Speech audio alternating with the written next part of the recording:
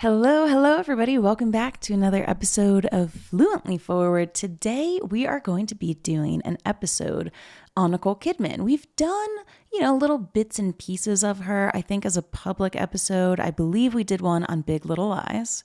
And then over on the Patreon, because it was Patreon type of content, we talked about Nicole Kidman's father because I remember seeing a comment online once that said that Nicole Kidman's father was the Epstein of Australia.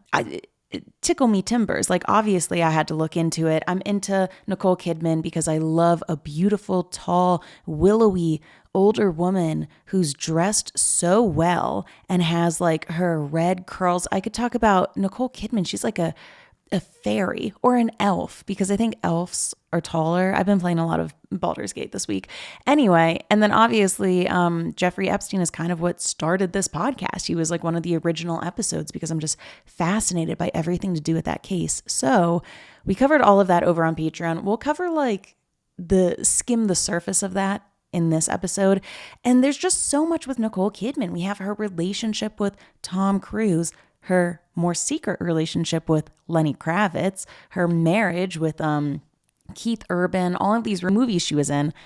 Of course, I found bisexual rumors about her. It's just what I do. And some kind of recent blind items. And she is an A-list actress in a big way. I mean, the money that she makes, I spilled this over on the Patreon, just her AMC, promo commercial, the thing she did where she's in that sparkling pinstripe suit and she goes to the theater and they play it before the movie and she goes, "We come here to laugh," and all of that stuff. Did you know she was paid, allegedly, but I heard it from someone who knows, $20 million for that AMC ad? Isn't that crazy? When I told my friends that the other night, they were like, "Oh, and they're trying to tell us that the movie theaters are going out of business." $20 million. And it wasn't like, when you're flying and United Airlines has like that little movie that they show before the airline takes off. They're on different sets, multiple different actors. This was one Nicole Kidman in an empty movie theater, $20 million. Like, you could scream. But anyway, we got to talk about her because she was in a new movie called Baby Girl. And it was kind of advertised and marketed as some sort of erotic thriller. And critics of the movie, which, spoiler alert, I'm going to be in that camp, have said that it was neither erotic nor thrilling.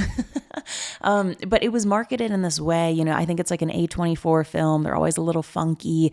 And it was like she's in a BDSM relationship, but she's the older woman, which I went to go see this movie with my friends. And previously I had taken them because I got invited to a screening of The Idea of You, that movie where Anne Hathaway is an older woman and she dates a younger Harry Styles-esque type of character. It's MILFs are in, we got like an older woman thing going on. Is it an older woman thing?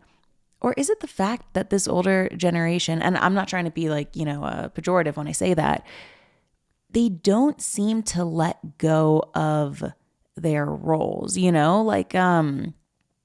or maybe the younger generation isn't coming in. I can't tell if the older generation is white knuckling onto power and not giving up their roles, because it's crazy that every rom-com, even, who was it? Kristen Bell and Adam Brody in the Nobody Wants This series, they're both in their 40s. And for sure, I like seeing people who are 30, 40, 50, 60 plus falling in love, doing the rom-com thing. I think that's so special. It's also every movie nowadays. Like, when was the last movie you saw with young people in it? Dune, but that's not really a rom-com. And a lot of people are saying there's no Matthew McConaughey. There's no, who was she? Meg Ryan, there's no kind of Nora Ephron rom-com with these young actors in it. Well, maybe that's because every single, and people are saying whatever, like that this happens in politics and business and even entertainment, you just don't want to give it up. Now, while I see that, and it's a little bit annoying, you always want to make room for like the younger, newer people to come in, Daenerys to your Cersei, I gotta say, I love seeing a beautiful older woman on the screen. And when Nicole Kidman, it was shown that she was going to be in this baby girl, as she says it, erotic thriller movie coming out, and it kind of with BDSM undertones and overtones. It was pretty heavy on that. A lot of people were saying two things about her. Number one, she's too old for it. And number two, that she's like fucked up her face and like her surgery makes her look bad and things like that. I think Nicole Kidman is so beautiful. She is beautiful. And I'm really telling you, like this kind of ethereal, willowy way. You know, I feel like she could play, once again, just like an elf. She played this guru and I think 9 Perfect Strangers, which was on Hulu. There is something very mystical about her to me. And maybe I have some sort of blindness going on because I don't think that she's gotten work done that was that crazy. She is incredibly Botoxed. So one of my favorite fun facts about Nicole Kidman is, you know, a few years ago at, was it one of those award shows? Who cares? The one where Will Smith slapped Chris Rock. Behind them, you get to see a little bit of the audience moving and going like, oh my God, like blah, blah, blah. And everyone's face, you know, their eyebrows shot up and their mouth dropped open. And for Nicole Kidman, because I think she always is very Botoxed, the entire lower part of her face moved, but the top half of it, you'll have to go watch the clip, stayed completely the same. So like that Will Smith slap was a moment to look at the background of everyone and be like, just how much Botox has everyone gotten done? So anyway, I also think that one of the reasons I think Nicole Kidman is so beautiful, you know what they say, like, is it a good outfit or is she just skinny? Is Nicole Kidman beautiful or does she never play a person wearing Banana Republic? Like, why is it, you know, Big Little Lies, The Undoing, 9 Perfect Strangers, Baby Girl, a million other things she's been in. She is always the most well-dressed woman on set. And I have to say the horniest thing about the new movie Baby Girl to me were her coats, her blouses, and her purses. She had this incredible, like her fashion was just so incredible. So from here on out, it's going to be spoilers. I'm going to do a little timestamp so that way you can skip past all of this if you don't want the movie to be spoiled. But I'm just going to talk about Baby Girl. There will be spoilers. And I'm going to talk about why I didn't like it. Okay. So number one, I think it was just the hype because the marketing around the movie was so kind of vague and they were just showing little clips. Like there wasn't a full trailer of it. It was just like a dog is barking on Manhattan and he almost attacks Nicole Kidman, but then somebody calms him down. Or it's Nicole Kidman drinking a glass of milk while like staring at the camera. You know, that kind of thing where you're trying to build hype around a movie. And Andrew Garfield interviewed Harris Dickinson. I think that's the guy who plays her love interest in the movie. And he did this clip and it made me so tired of all of the actors on actors interviews that they're doing. I like them sometimes, but it feels like anything actors do now is just so purely promo. Like one of my favorite things used to be the what's in your bag video. What's in everybody's bag? Let's see. And now it's just all ads. It's all of their own makeup products in there that, you know, they're not using, things like that. And these actor on actor interviews, I'd love to see two, you know, A-list celebrities talk to each other, but it feels like they just know so much the camera's on them. It's going to get clipped. So they're saying things. They're really just promoting the movie, stuff like that. So in one of these interviews, Andrew Garfield says to Harris Dickinson, you know, I watched Baby Girl. It was incredible. Here's everything Andrew Garfield said about the movie Baby Girl. I wrote it all down, okay? Words that he used to describe this movie. So fucking brilliant, quite mysterious, really sensitive, really nuanced, properly beautiful, tender, vulnerable, powerful, funny work, important, a film about liberation, a film about self-ownership. It explores what it is to be a human being. It explores love. It explores lust. It explores sexuality. It sheds light on certain parts of our psyche and consciousness. It's healing, and what this movie was doing was really life-saving work. Okay, that was 14 unbelievable things to say about a movie. So the first thing is, the thing about a movie is it's always about expectations. That's honestly kind of everything that life is all expectations. I remember when I saw Book of Mormon, I didn't think it was that funny because everyone was like, this is the funniest show on Broadway. That was how they marketed it, right? Such a funny show on Broadway, so funny. I was like, I'm going to pee my pants laughing. And if I don't pee my pants laughing, it was oversold to me. And I will say, funniest show that was ever on Broadway, Drowsy Chaperone. Drowsy Chaperone was such a good show. I loved it. So anyway, I think I went in suspicious of the film, a little bit apprehensive, but I love Nicole Kidman and I love a sexual type of movie. And this movie just did not do it for me. First of all, it was about 2 hours. I don't know what happened to the 90-minute movie. Everything's so long nowadays. And it just felt like the script was really lacking and they shoehorned in all of these kind of like sexy and tantalizing ideas and concepts to make up for how the script was bad. So it basically follows Nicole Kidman and she's like a female Jeff Bezos. She works in some sort of AI, robot, Amazon technology, like they're shipping things out and she keeps talking about robots and robots. And of course, in typical Nicole Kidman fashion, her Australian accent is always coming through. And the one thing I'll say about this, if you're an A-list actor, how is it that your accent always keeps slipping through? I feel like that's at some point just make her Australian or like work on the accent. It doesn't bother me because I think Australian accents are some of the most beautiful accents on the planet. But I think if I was a struggling up and coming actor, I would be like, that's bullshit that she gets paid so much money and can't even hide her accent.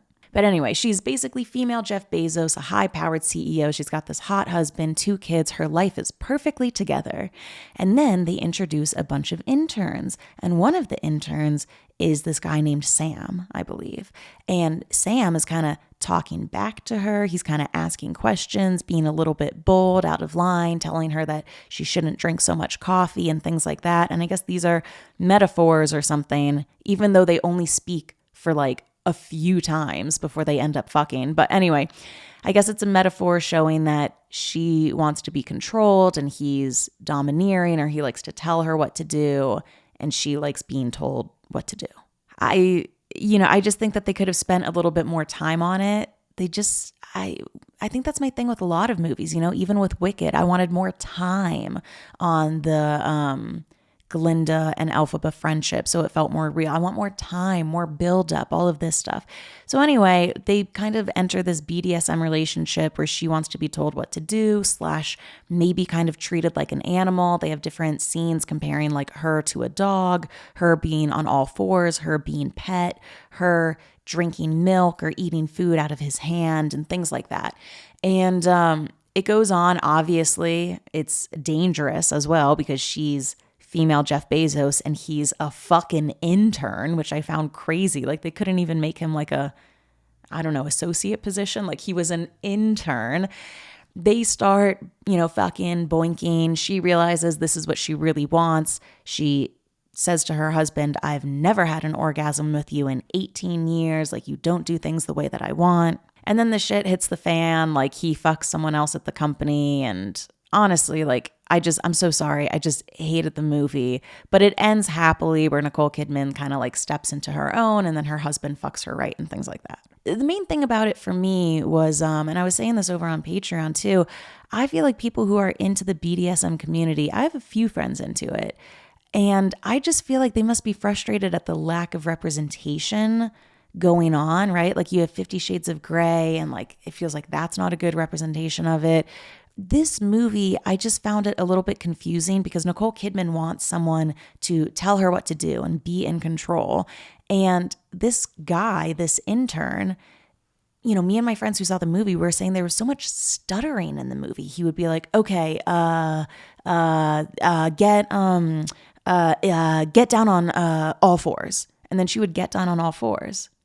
So 1, it seemed like he was doing improv BDSM. And then 2, it also seemed like he wasn't sure of himself and she wasn't sure of herself. So somebody on Patreon commented that it was a relationship where 2 people were trying BDSM for the first time and they were both new to it. And that made more sense to me.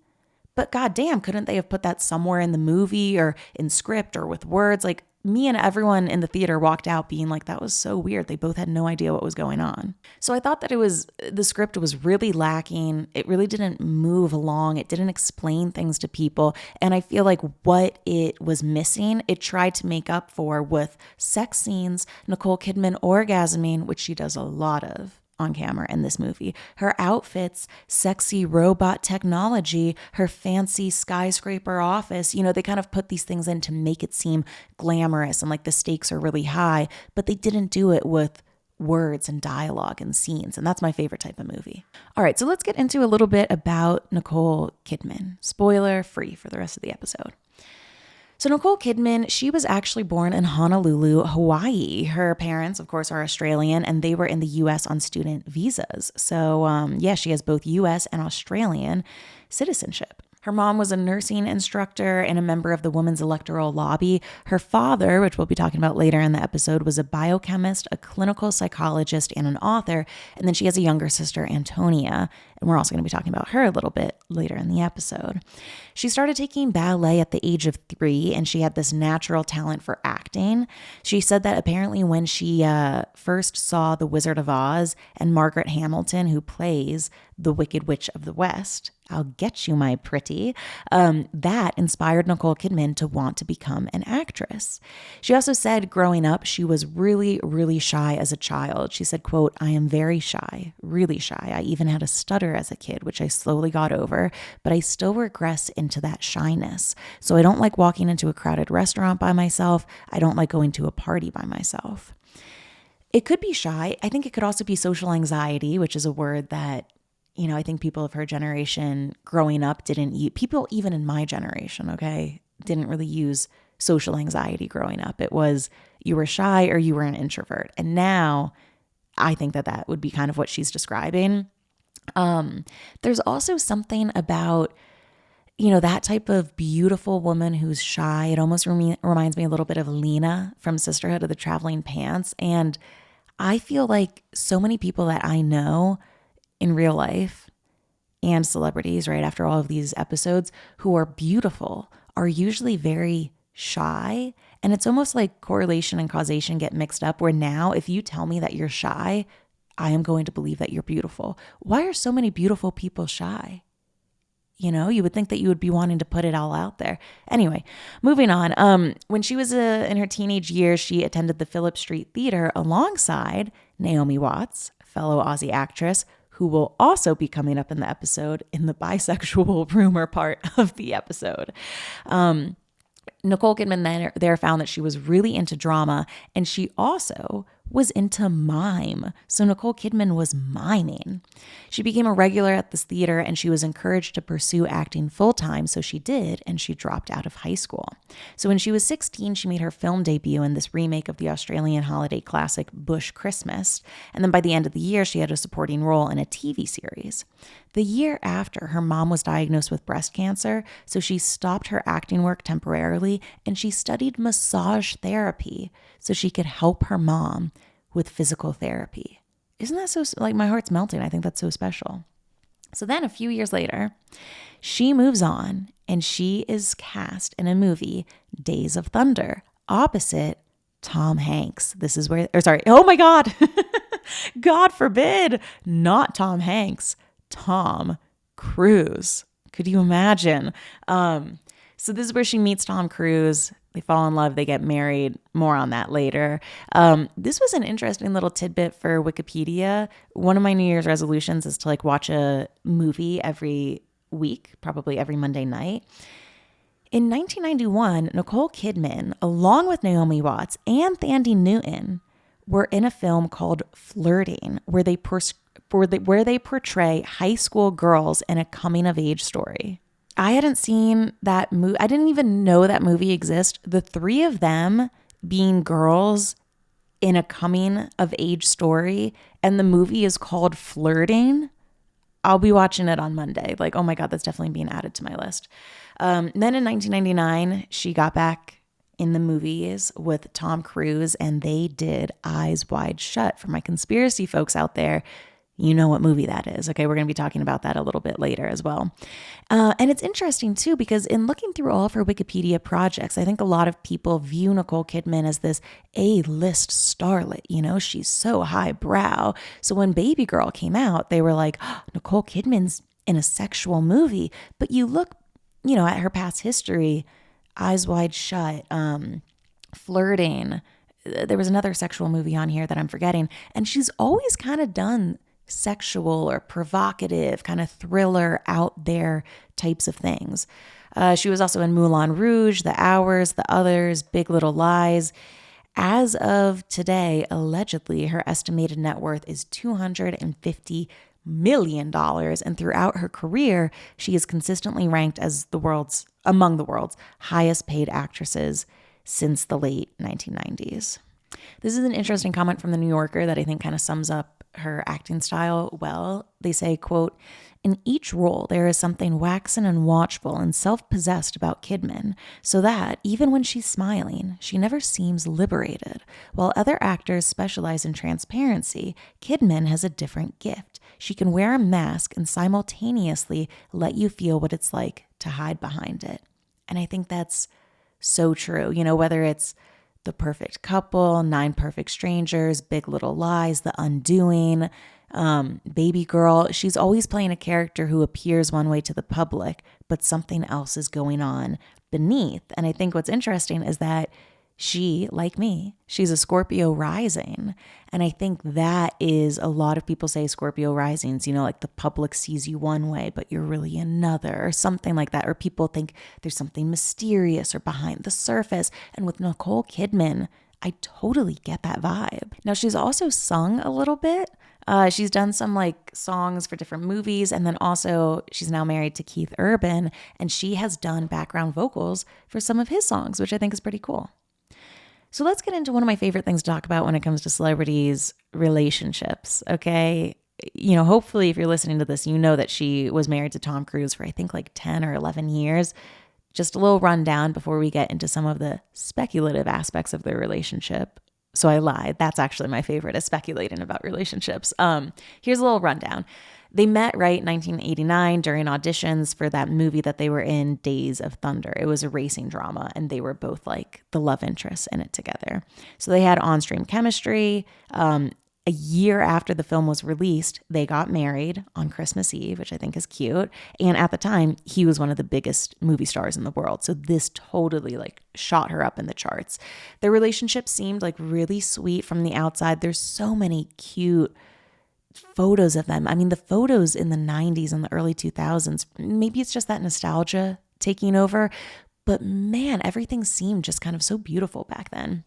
Nicole Kidman would say in interviews that Tom Cruise was a very passionate and supportive partner, that he boosted her confidence, which I think is interesting now that we know that she was a shy child and stuff, and how he helped her kind of navigate these different complexities in Hollywood. So they adopted 2 children together, Isabella and Connor, and they were just this quintessential A-list couple. They were also in Far and Away, that movie, and Eyes Wide Shut. So obviously Tom Cruise has been affiliated with Scientology, and there were rumors that this was obviously a recurring point of tension in their marriage. They say that Nicole Kidman dabbled in the religion kind of early on in their relationship, but she was pretty resistant to it, not a fan of it. Tom Cruise kept getting deeper and deeper into it. Allegedly, that created a rift between them. We're going to talk more about that later. So then, in 2001, Tom Cruise filed for divorce after 11 years of marriage and, like all celebrities, irreconcilable differences. Nicole Kidman later said that the split was devastating for her because she believed that their marriage was strong, and there was a lot of speculation about their breakup, which we're going to be getting into. Just the last thing I want to note is that their 2 adopted children, Isabella and Connor, reportedly, and this is going to come up in the blind items at the end of the episode, they stayed within Scientology and they got closer to Tom Cruise after the divorce. So let's get into some of the reasons why they broke up. The official on the books record is in 2013, Nicole Kidman did an interview, and she said that their marriage failed because of her young age when they married. She said, quote, "I was a child really when I got married, and I needed to grow up." I mean, yeah, she was 22 when she met Tom Cruise. She was 23 when she married him. I think he was 28 or 29. So yeah, she was incredibly young. And this is something that I've talked about before with Taylor Swift. I feel like when there's age gaps with Hollywood couples, I mean, first of all, now we talk about it way more than we would have in the 90s or the early 2000s. But in the same way that we talk about stars differently based on their weight, their race, their sexual orientation, all of these things. I also find that sometimes height factors into it. So I think when Taylor Swift was dating John Mayer, 19 and what was he, 31 or something? Also, they allegedly dated, because if you've listened to enough episodes, you know what I think about that. But anyway, because she's so tall, I feel like people didn't see her as young as she was. And same with Nicole Kidman. I mean, she's taller than Tom Cruise. So even though she was so young, I think people just looking at pictures of them would have been like, oh yeah, of course, like they're around the same age or something like that. But yeah, she was very, very young when they got married. Now, that's what she said about it. What do people on the internet say about it, who surely must know their relationship better than she would? Here are some of the rumors. We're going to start off. The affair with Penelope Cruz. So this was pretty interesting. So, Tom Cruise and Penelope Cruz, which is kind of funny, they did date for a while. They met in 2000. They were in the film Vanilla Sky, and he was married to Nicole Kidman. Now, their marriage was over, right, in 2001. So by the time production ended on that movie he was doing with Penelope Cruz, the marriage was over, and both Tom and Penelope have always said that nothing happened until filming was done. And Penelope Cruz said this quote to The Telegraph in 2008, quote, "I've never fallen in love with someone I'm working with. It's always been afterwards." Well, that's insane. Like, that's obviously a lot. Like what? Like, you don't fall in love with someone, but then the minute you start doing promo for the movie, you're like, there might be something there that wasn't there before. Like, come on. You guys were definitely, stuff was definitely happening on set. Anyway, so then they started dating very, very soon after Tom and Nicole broke up. I think they were together for almost 3 years, and their relationship seems like it was kind of quiet, a little bit secretive. There weren't that many like tabloids or quotes about it. So yeah, it ended after 3 years. But apparently one of the reasons why it allegedly ended was because Penelope Cruz was a little suspicious of just how close Nicole Kidman and Tom Cruise were after their marriage ended, which of course, they share 2 adopted children. They have to be co-parenting. They have to be in each other's lives. There was an outlet that alleged that Penelope Cruz had discovered that Tom Cruise had this late night emotional conversation with Nicole Kidman when Penelope was out of town filming, and that really upset her. I wonder why it upset her. Is it projection? A little bit of projection, because maybe you guys were cheating. So then, you're like, you're cheating with her. How would you know? Honey, I would never do that. Of course you would, because you cheated with me, How could anyone ever... I had a friend in college who got with this guy while it was our freshman year, and he still had a girlfriend in high school that they were doing long distance with. And then they got together, even though she started off as the other woman, and then he ended up cheating on her years later. And I will say she had the wherewithal to be like, I should have seen it coming, because yeah. But anyway, so some people say, was the affair the reason why their marriage ended? I would say the affair was probably a symptom of the fact that their marriage wasn't doing well and it was about to end. So we're going to get to the next allegation of why her and Tom Cruise ended. I think this is a big deal situation. Goddamn Scientology. Is it a religion? Is it a cult? It's a cult, okay? So in 2015, this former Church of Scientology executive, Mark Rathbun, he did a documentary film, and in it, he claimed that he was instructed to facilitate Cruise's breakup with Nicole Kidman. And apparently, Nicole Kidman had been wiretapped on Tom Cruise's suggestion, and the church was very involved in this. So basically, former members of the church kind of tell the story like this. They say, yes, Tom Cruise met Nicole Kidman on that Days of Thunder movie. They fell in love, but her father is a psychiatrist, and the Church of Scientology doesn't believe in that profession. So to them, Nicole Kidman was seen as an enemy. Very black and white thinking in Scientology. You're either with us or you're against us. So in Scientology terms, she was labeled as a PTS. Pretty young thing, pretty tall thing, a potential trouble source.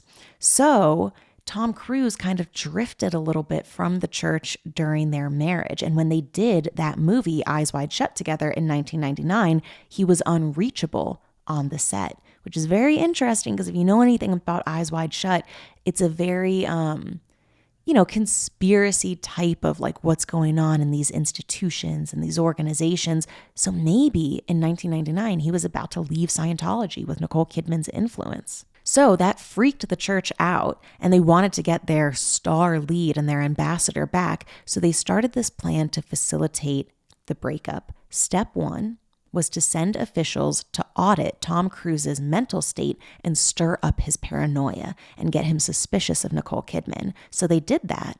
This is all alleged, and then soon enough, Tom Cruise requested that they put a wiretap, because that's what Scientology does. They're fucking creepy as shit. Tom Cruise said, "Can you put a wiretap on Nicole Kidman's phone? Because I'm concerned that she's confiding in non-church members about our marriage problems and blah, blah, blah." So allegedly they did that. Allegedly they persuaded the couple's kids to try and turn against their mom too, even though I think the kids would have been pretty young by then. But yeah, by 2001, the nearly 11-year marriage was over. So some former members of Scientology say that they were responsible for that. Now, another speculative thing that people say about this marriage and why it ended, there's always been gay rumors about Tom Cruise. There always have, so much so that Nicole Kidman actually spoke about this in an interview. And when I was reading like old interviews of hers that she did, she kind of put it out there. There wasn't really anything that she wouldn't address. So this is what she said back in the day, quote, "The marriage existed because it was two people in love. It's that simple. They say I'm gay. They've said everyone's gay. I personally don't believe in doing huge lawsuits about that stuff." I just think, honestly, I also think too, that's how every celebrity should be. Oh yeah, they're saying I'm gay. They're saying he's gay. They say everyone's gay. They say everyone's PR. They say everyone's this. Like, who cares?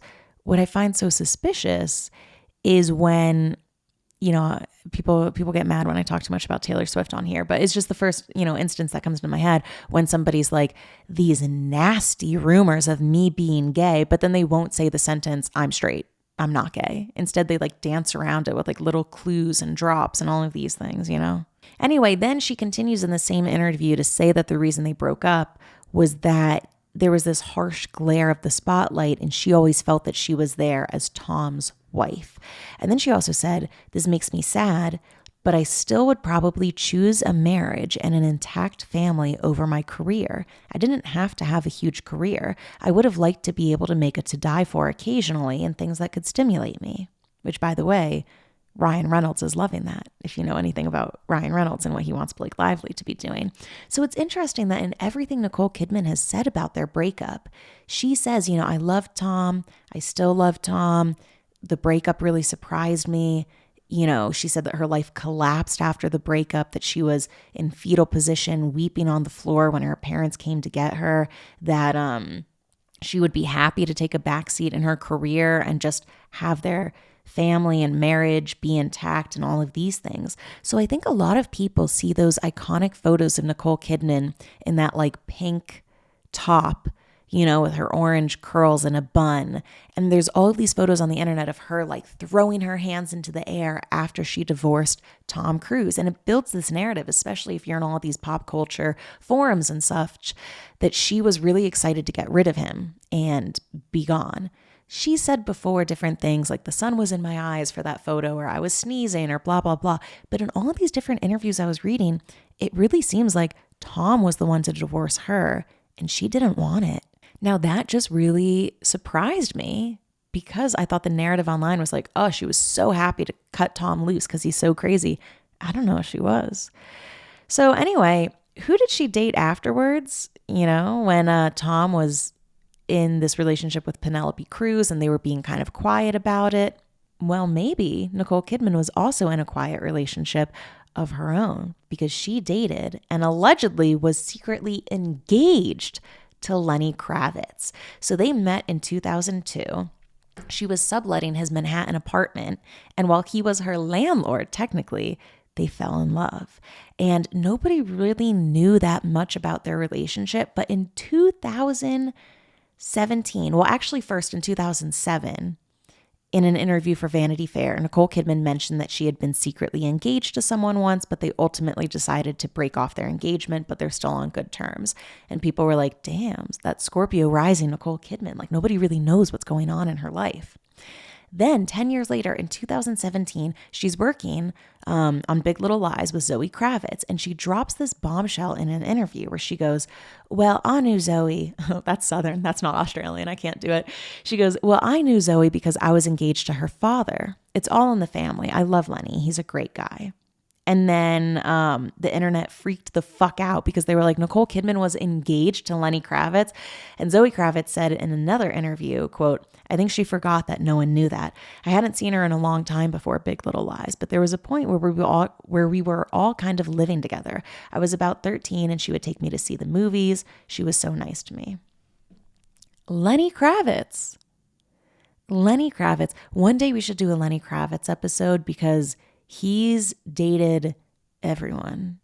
He's dated everyone. He's dated so many, just off the top of my mind, like Adriana Lima, Naomi Campbell. Like, he's dated so many people. So what's Nicole Kidman doing now? She's married to Keith Urban. And I think a lot of people, it was kind of a Gwen Stefani and Blake Shelton, a Nick Jonas and Priyanka Chopra, you know, these two different worlds, although they're both Australian, I believe, right? Oh no. He was born in New Zealand and then raised in Australia. Anyway, I think when they got together, a lot of people were like, wait, what? But I just think it's so cute. Have you seen those images of them like having the same hair and stuff like that, which I think is interesting. Keith Urban loves his highlights, but so do I, so I'm not going to totally flame him for it. So they met in 2005 at the Good Day US Gala, an LA event that was honoring Australians. And apparently when they first met, Nicole Kidman was like, he's hot. I'm into him. I really, really want to get to know him. She said in an Ellen appearance, I remember thinking I had such a crush on him and he wasn't interested in me. It's true. He didn't call me for 4 months. She gave him her number at the event. I need coffee. And he didn't call her for 4 months. And it's so funny because I feel like we now have multiple examples of this happening with Nicole Kidman. If you remember her story on Jimmy Fallon that went so viral, God, that was such a funny story where she said on his show, like, yeah, like we met back in the day because I thought you were cute and I wanted to date you. And, you know, our friends set it up and, you know, I came over and like you were just playing video games and you had like nothing but like cheese in your fridge. And he like is dying because he's like, oh my God, I had no idea that was a setup. I thought that was like for work or something. I had no idea you were interested in me. And you could tell his like life is flashing before his eyes and stuff. So very interested. I mean, look, if you think you're not having luck in the love department, you know, Nicole Kidman, you know, threw herself at people and didn't get much of a response sometimes. So, wow. Now, what did Keith Urban say about this? Why wasn't he calling her for those 4 months? He said, quote, somebody had given me her number and I had it in my pocket for a while. I kept looking at it thinking, if I call this number, she's going to answer. I don't know what to say. I wasn't in a very healthy place in my life. I'd never thought that she would have anything to see in a guy like me. But at some point, I plucked up the courage to dial those numbers and she answered and we started talking and we talked and talked and talked and talked and it was effortless. I gotta say, I became a little bit of a Nicole Kidman and Keith Urban fan doing research for this episode. They really love each other. And no shade to Keith Urban, but like, maybe I just don't know enough about him, okay? Nicole Kidman found something in him, so maybe there's something to be found. That's all I'm going to say. I'm going to try not to be so mean. Okay, so they have 2 kids together, biological daughters, but I think one was done through surrogate, Faith and Sunday Rose. So now Nicole Kidman has 4 children.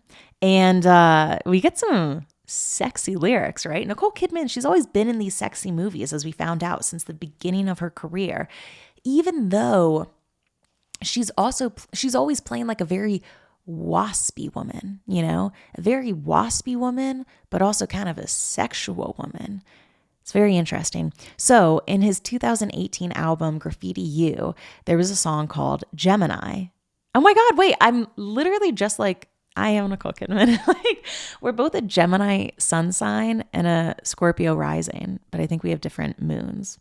This is putting air in my tires. Like, oh my God, just to be similar to her in any way, even if it's the zodiac. Okay, so in that song, Gemini, Keith Urban had some suggestive lyrics. They weren't that crazy, but he said, quote, she's a maniac in the bed, but a brainiac in the head.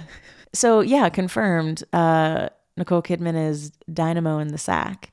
She went on this Australian radio show and she said of the song, quote, "I don't censor his art if I can be a muse for it. It is embarrassing, but at the same time, it's better than saying, God, I'm so bored. Make an effort, Nicole." She keeps it pretty real in interviews. I feel like Nicole Kidman has this energy of, you know how like everybody has like a cool aunt or something like that. And then once you get older, like you start to have glasses of wine with them and they just keep it real with you, but they're very chic and beautiful. That's Nicole Kidman, you know, she's got very like chic, rich, keeps it real with you type of aunt energy. Now this one I had to bring up because Keith Urban went on Dax Shepard's Armchair Expert podcast and he said about Nicole Kidman, quote, "She's just the one. She's the one that I was searching for my whole life, and everything not only changed, but had to change in me if I was going to go down that road. It was like the ultimate fork in the road moment in my life, and it was literally like, you either get this right now, or you are never, ever going to get it right. This is your one shot." It felt so obvious. And I love the fucking fact that he said that on the Armchair podcast with Dax Shepard, who is like notorious commitment phobe, like in and out with Kristen Bell, said that he would only marry her after gay people were able to get married, which like on someone else it might be a nice gesture, but like not with Dax Shepard. And I love that Keith Urban is like, "Oh yeah, she's the one. No, I've never wondered about anyone else. Like she's the one for me. I want to spend my life with her. I've never had any doubts or a wandering eye or blah, blah, blah." Fuck you, Dax Shepard. Oh, and another interesting thing too is, you know, they share like little Instagram posts for their anniversary for each other. And in 2021, he wrote to her, "Happy anniversary, baby girl. My life started when you said I do this many days ago, blah, blah, blah." And so he calls her baby girl. And it's as one word, not two words, which is how the movie spells it. So we have that viral clip of Nicole Kidman saying, you know, I wish I could do an Australian accent for it, saying, "The minute I heard that the film was called Baby Girl, I was like, oh yeah, I'm in." Is that because Keith calls you baby girl? Who knows? And then the last thing that I really like about their relationship is, you know, Nicole Kidman has said of this, quote, "I met him later in life and it's been the best thing that's ever happened to me. That man is the best thing that's ever happened to me." They're really so loving with each other. I find it really cute. She was 38 when she met him. And even though I'm in a relationship now, if there's anything I learned after my last breakup, it's like, doesn't matter if you're in a relationship, a marriage, whatever. It takes two to tango for a relationship. And if one person just randomly decides that they're out one day, the relationship is over. Not to freak anyone out, but it is freaky, right? Like to love is to trust, and to trust is, you know, to do something without proof or evidence, you know, like you have to have faith, like blind faith in something. So anyway, I just love hearing all of these stories of women finding love. You know, 38 is still so fucking young, but all of these stories of that, you know, I remember the story of, and it's crazy how this would be inspiring to me because it's so far away from my life, but when Miranda Kerr was with Orlando Bloom and they broke up, she had a really hard time with the breakup, which I spoke about this in my breakup ebook. If you go over FluentlyForward.com, you can check out our 99-page guide to a breakup, I think it's called. Tons of breakup advice in there. And one of the things, right, was Miranda Kerr. She breaks up with Orlando Bloom, or I think they got divorced. It was really hard for her. She talks about how she got really into wellness in this time. She would sew a little tiny thing of rose quartz into her left bra cup so that way she could keep it close to her heart, because she just wanted to trust and love again. And she was so like defeated by this. And then she ends up marrying, I think at the time, the youngest billionaire in the world, Evan Spiegel of Snapchat. Snapchat is horrible for children, horrible company, crazy company. But anyway, for Miranda Kerr, that is a success story. You know, you go from Orlando Bloom to the youngest billionaire in the world. And this is how you could tell I was down bad during like one of these breakups. I read that story and I was like, this gives me the motivation to get out of bed today. That was what I needed, because you need little mantras or quotes or something. So I thought about her. And yeah, you know, Nicole Kidman with Tom Cruise, and then she's 38. She shoots her shot with Keith Urban.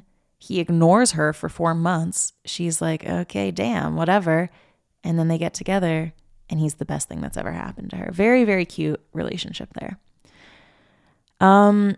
weird to go from something so sweet to something so awful. But let's get into the conspiracy of her father, right? Because I had heard people say Nicole Kidman's father, he's the Epstein of Australia. And people are like, look for how she's involved with Balenciaga. Crazy, this time period that we live in where working with Balenciaga is now a red flag, for pedophilia for celebrities or something. But that being said, we live in these times. And also, I'm sorry, I still think, you could call me whatever, go ahead and do it. I still think the Balenciaga stuff is so fucking weird. Did we ever get an answer for what happened with the Balenciaga ad? Like why they had children in the ad surrounded by bondage gear?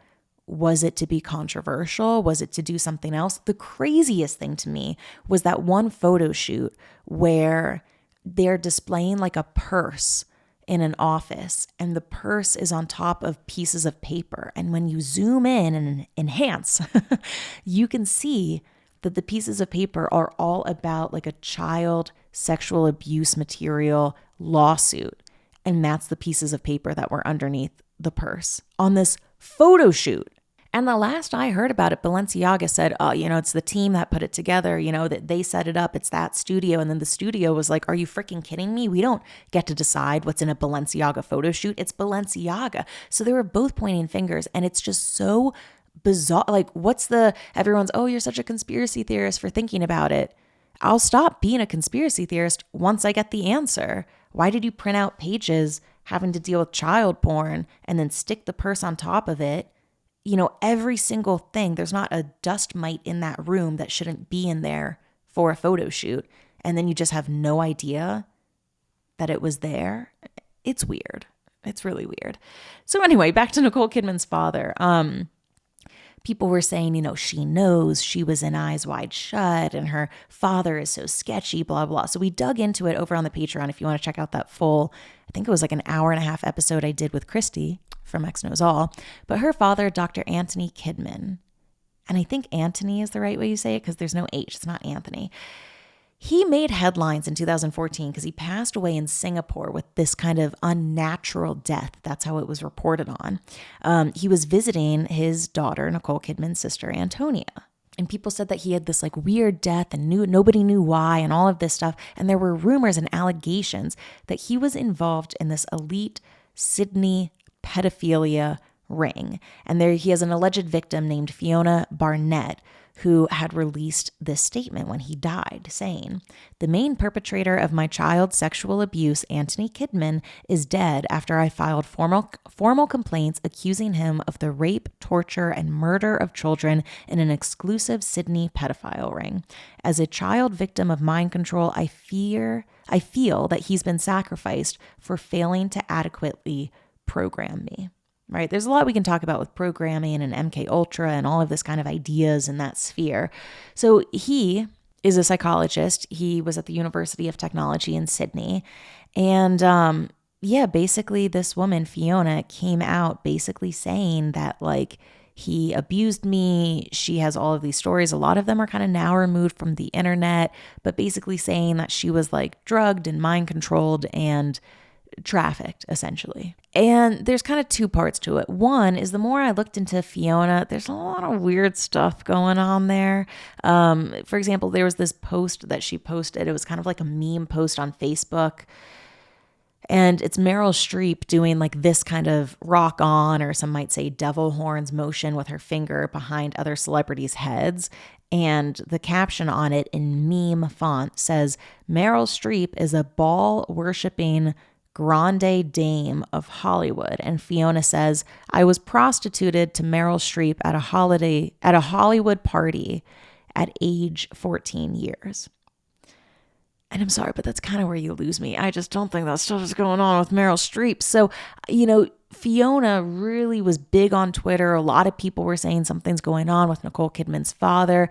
One might say too, if you were a victim of trafficking or any type of child abuse in any sense, it could kind of knock a few screws loose, and then maybe you are a little bit off kilter for the rest of your life. But I have to say, looking into it, I do think, and we know with Jeffrey Epstein that these pedophile rings do exist. I don't know, and I don't think it's Nicole Kidman's father because, reading all of the stuff that Fiona said, it seemed like she was giving these accusations, or not accusations. Yeah, accusations. She was accusing a lot of celebrities with timelines that didn't perfectly add up and things like that. And I feel like it's hard because, you never want to say somebody is a victim coming out with their story and you're like, fuck you, it's not true. What do I know? But the vibe I got was, yeah. But now people online, of course, have said like, oh, this means something. That's why she's so involved with Balenciaga. Like it runs in the family or things like that. And there was even, this story that I think meant to come across as kind of like this cutesy little story where Nicole Kidman and her younger sister, they have a secret language. And Hugh Grant, because he was with her during The Undoing, he spoke about this in this little interview.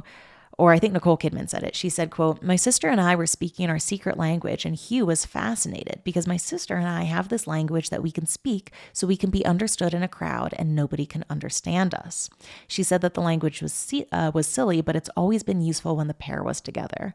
Quote, "It was really helpful when we were at parties and we had all of our boyfriends and stuff. We could use our language and they would be like, 'What?'" she said.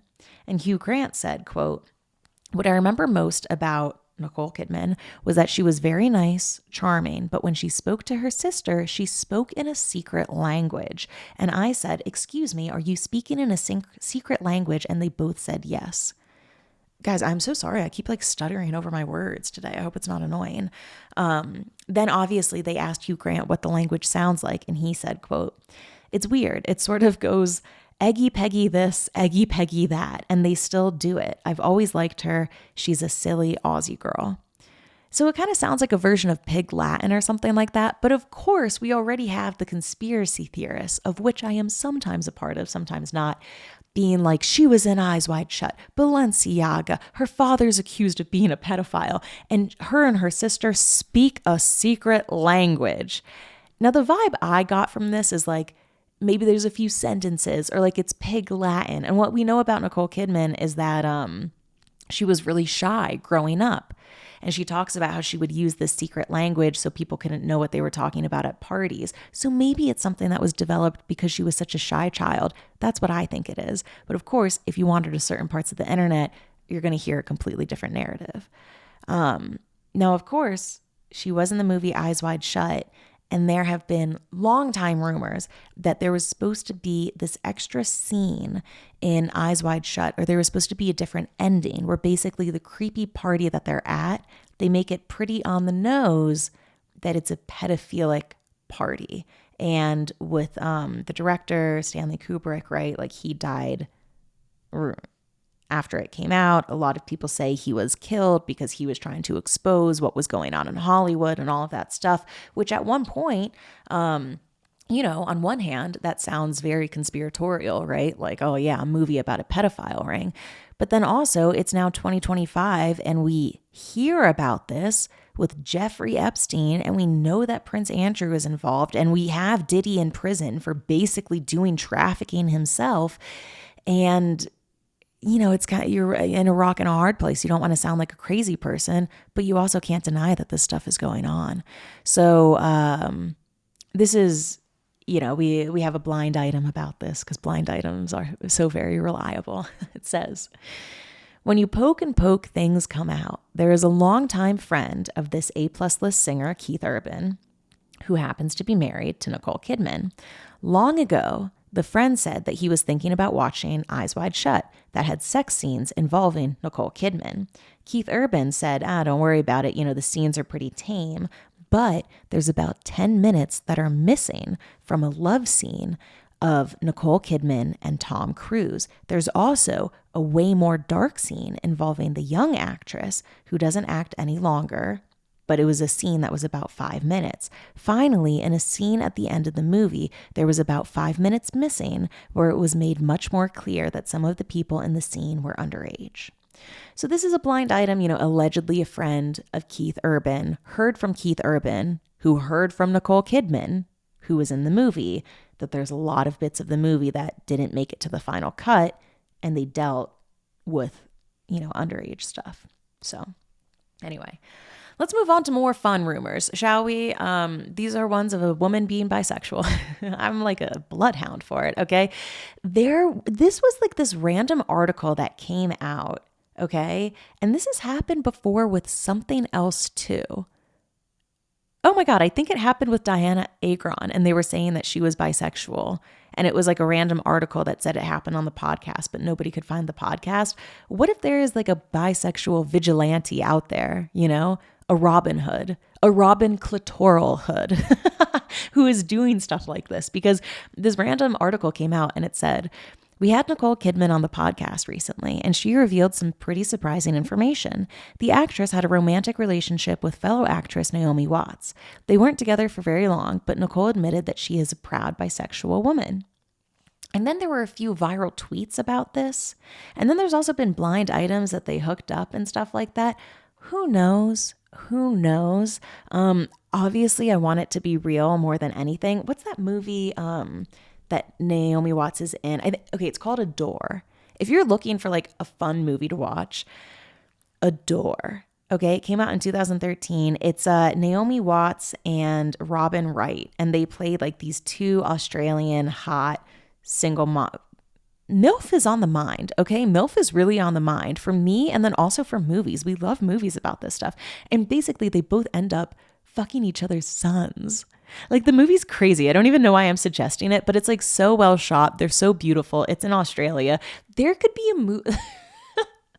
There could be, like, I'm such a loser sheep. Like, there could be a movie that's all about like animal cruelty or something, but if everyone in it is well dressed and has an Australian accent and a great wardrobe, and they go to work and their office is like really ritzy and their house is really nice too, I'll be like, great movie, 8 out of 10. Like literally, that's all it takes for me to think that a movie is good.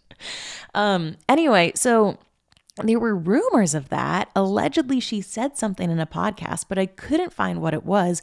Maybe the podcast got taken down. Maybe there was never a podcast. But having read some of Nicole Kidman's interviews and stuff like that, I could see her very casually being like, you know, like, of course I've dated a woman. You know, it was nothing serious, but I did that, blah, blah, blah. You know, she's secretly with Lenny Kravitz and stuff like that. So who knows? I'm just going to be here sitting, waiting, wishing, wanting. So let's do some of the recent blind items about her, and then we will wrap things up. A recent blind item. The A-list actress you think was born in a foreign country but wasn't, Nicole Kidman, because she was born in Hawaii, thinks that she is being provocative with her promotion for a new movie, Baby Girl.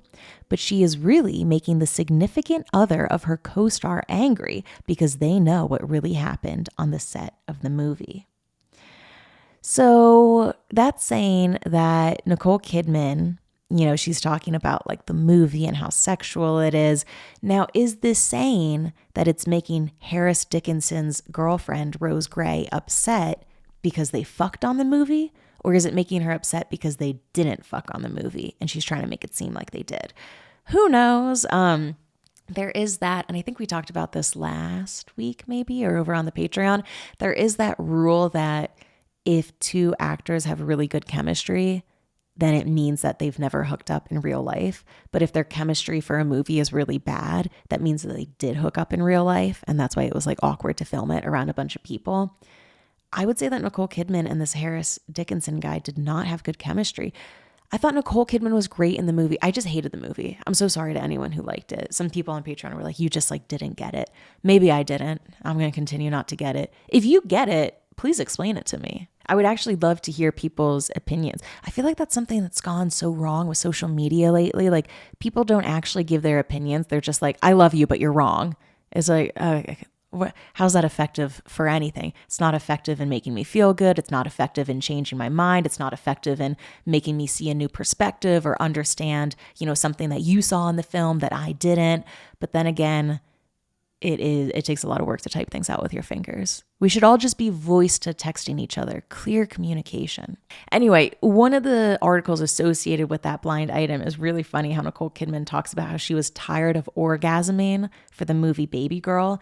And I will say, the scene opens on a shot in the theater, me sitting next to my two friends, you know, munching on popcorn, which, by the way, real quick. I got a medium popcorn and I got a small fountain soda of Mountain Dew. You know, I thought, let me treat myself to some cavities. Guess how much the medium popcorn and the small soda was? It was $20. The fountain soda was $7. And I kind of argued with them a little bit back and forth. I was like, well, what about a combo? If I add a candy, do I get the candy for free? Like, this is crazy, like blah, blah, blah.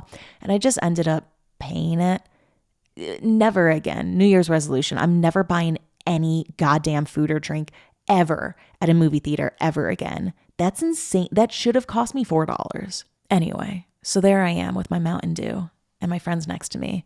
And the movie opens and it's Nicole Kidman riding her husband, but it's just on her face. And she's like, watch me do the sounds now.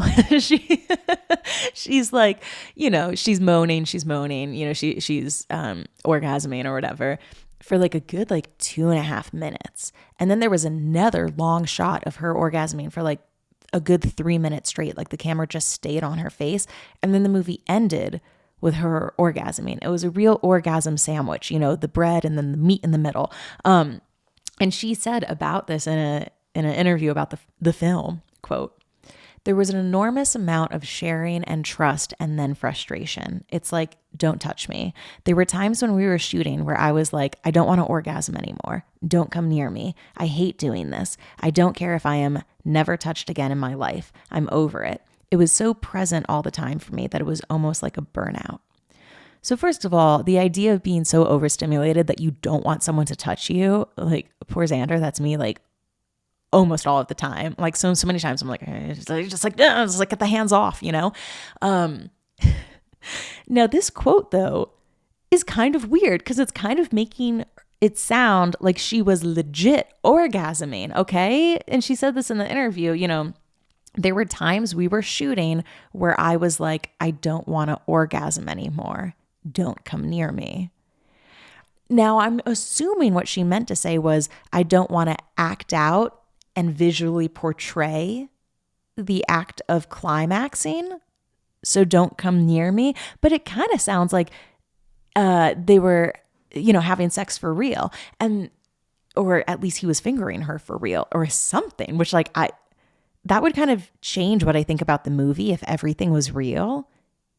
If everything was real, I think that would change a lot about how I feel about the movie. But you know that movie 365 Days that was on Netflix and things like that? Those people were definitely actually fucking in the sex scenes, right? I think they were. Anyway, more of the blind items. This was an interesting one. It says, an offspring of an A-list, mostly movie actress, Nicole Kidman, is being wooed into the cult by a relative. And that is how Nicole Kidman's daughter, Bella Cruz, short for, I think, Isabella, right? The child she has with Tom Cruise, was supporting her child with Keith Urban's Sunday Roses, their Instagram post. So this is a rumor saying that one of her kids with Tom Cruise is trying to get one of her kids with Keith Urban to get into Scientology. A blind item about Nicole Kidman and Keith Urban that makes me a little sad. At this point, no one is sure why this foreign-born A-list singer and his actress wife are still married. They spend as little time together as possible. I'm choosing not to believe it. I love them. Speaking of marriages being over, oh no, this A-list actress who will have an EGOT by the time her career is finished was all over a guy who was not her husband while out of the country enjoying the big sporting event. And apparently this was at the Olympic Games in Paris.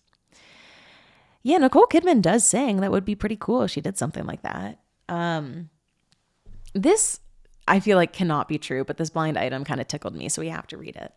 The reason that this A-list actress, Nicole Kidman, is upset with her husband, Keith Urban, is not because of his words, but because he is seemingly obsessed with this A-list singer, Ariana Grande. So Keith Urban did a cover of Ariana Grande's song, We Can't Be Friends. You know, Keith Urbaned it up. And then he was like talking about Ariana Grande like all on social media for a bit. And he kept using the word and the phrase audible heroin. He was like, the song We Can't Be Friends, like it's so good. It's on repeat. Like I can't stop listening to it. It's audible heroin. Like literally you keep going back and forth to it and like back to it and back to it, which first of all, you know, understandable, really good song.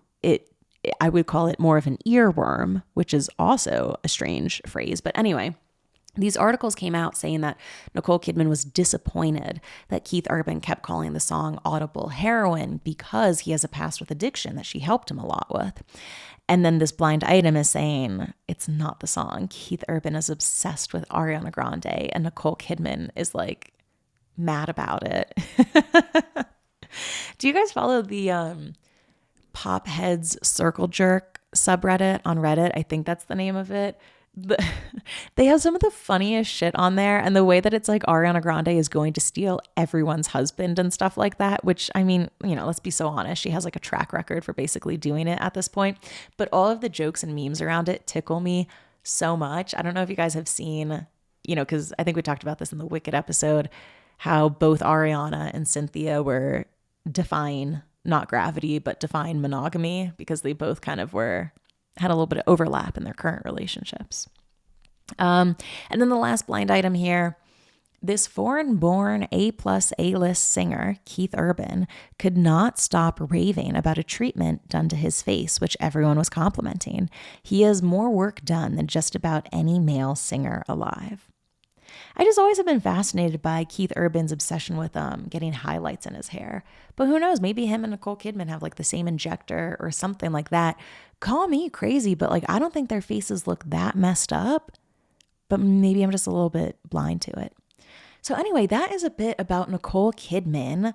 Let me know what you think about it. Also, I think we're going to start back up the Fluently Fixed series. I was just giving myself a little bit of a break with the holidays, so those were on pause. But I'm going to be doing it again. So if you have anything that you want to be fluently fixed, go on over to our Fluently Fixed episodes and you can check that out. And then over on Patreon, I did a 2025 predictions episode.